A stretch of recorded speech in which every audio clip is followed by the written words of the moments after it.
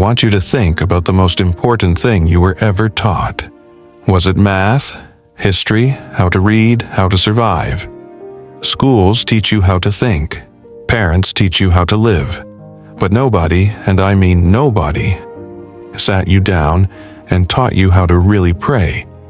Stay with me, because what I'm about to share changed everything for me, and I believe it will change everything for you too. Let's be honest with each other right now. Most of us learn to pray the same way.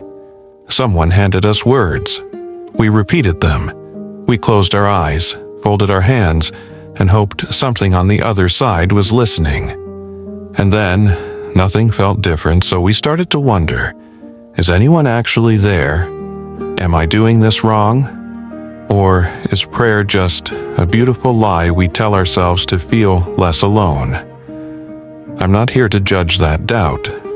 That doubt is human. That doubt is honest. And honestly, that doubt might be the very thing that leads you to the most powerful prayer of your life.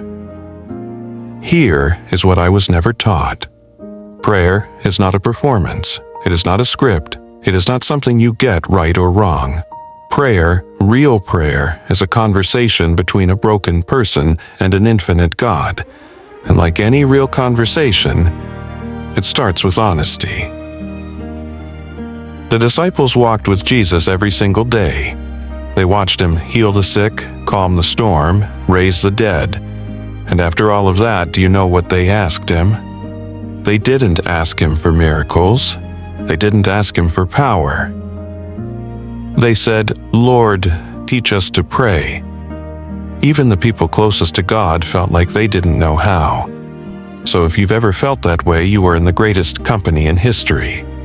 So, let me teach you, not religion, not ritual. Let me teach you the thing underneath all of it. The first thing Jesus said when he taught prayer was this: Our Father. Not my Father, our Father. The very first word of the greatest prayer ever spoken is community. You were never meant to carry this alone. The moment you open your mouth to pray, you are joining millions of voices across thousands of years who looked up at the same sky and said, I need you. Second, hallowed be your name. Before you ask for anything, you remember who you are talking to. Not a vending machine, not a cosmic errand boy. You are speaking to the one who breathes stars into existence. Start there. Start with awe. Third, your kingdom come, your will be done. This is the hardest line, because what we really want to pray is my kingdom come. My will be done. Give me what I planned. Make my life go the way I drew it. But the teacher says surrender first. Not because your desires don't matter. They do. But because the one who sees everything sees further than you do. Surrender is not weakness. Surrender in prayer is the most courageous thing a human being can do. Fourth, give us this day our daily bread. Notice it says daily, not yearly, not a lifetime supply, daily. This is a lesson in itself. God is not teaching you to stockpile. He is teaching you to return every single day. Because the secret to a powerful prayer life is not one great prayer, it is 10,000 small ones. It is coming back again and again with empty hands.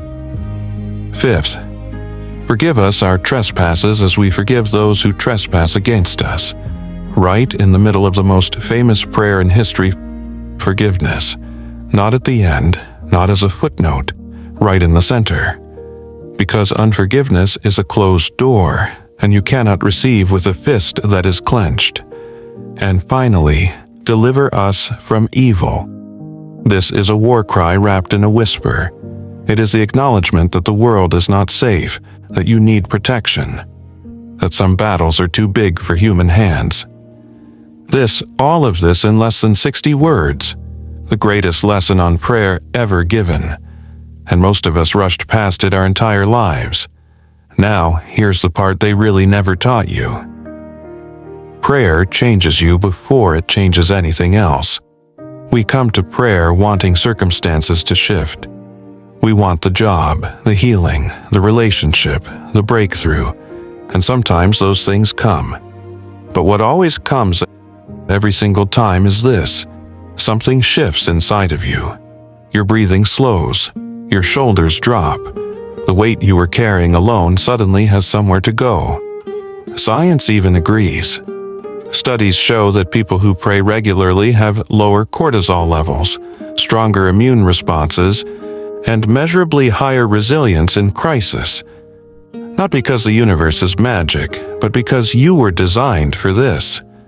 You were wired for connection to something larger than yourself. Prayer is not the last resort of the desperate. Prayer is the first response of the wise. The teacher, in every great tradition, whether a rabbi, a monk, a pastor, a priest, will tell you the same thing. The students who transformed were never the ones who prayed perfectly. They were the ones who prayed honestly, who came broken and refused to pretend otherwise, who kept showing up even when heaven felt silent. Silence is not absence. Sometimes the teacher is quiet because the lesson is already happening inside of you. So, here is your homework. And yes, this is a class now. Tonight, before you sleep, I want you to try something. Don't recite anything. Don't perform anything. Just sit in whatever quiet you can find and say 5 honest sentences. Tell God what you're grateful for. Tell Him what you're afraid of. Tell Him what you want. Tell Him what you're sorry for. And then just listen. You might hear nothing. That's okay. You might feel something shift. That's okay too, but you will have done something most people never do. You will have shown up. And showing up in prayer, in love, in life is always the beginning of everything. The disciples asked Jesus to teach them to pray, and He did.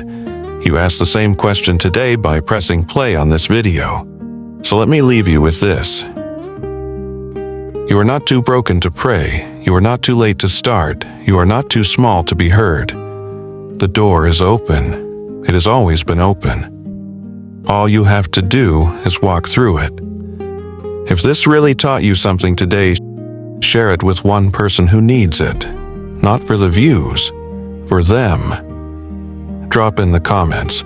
What is the one thing you wish someone had taught you about prayer sooner? I read every single one. This is Daily Guard.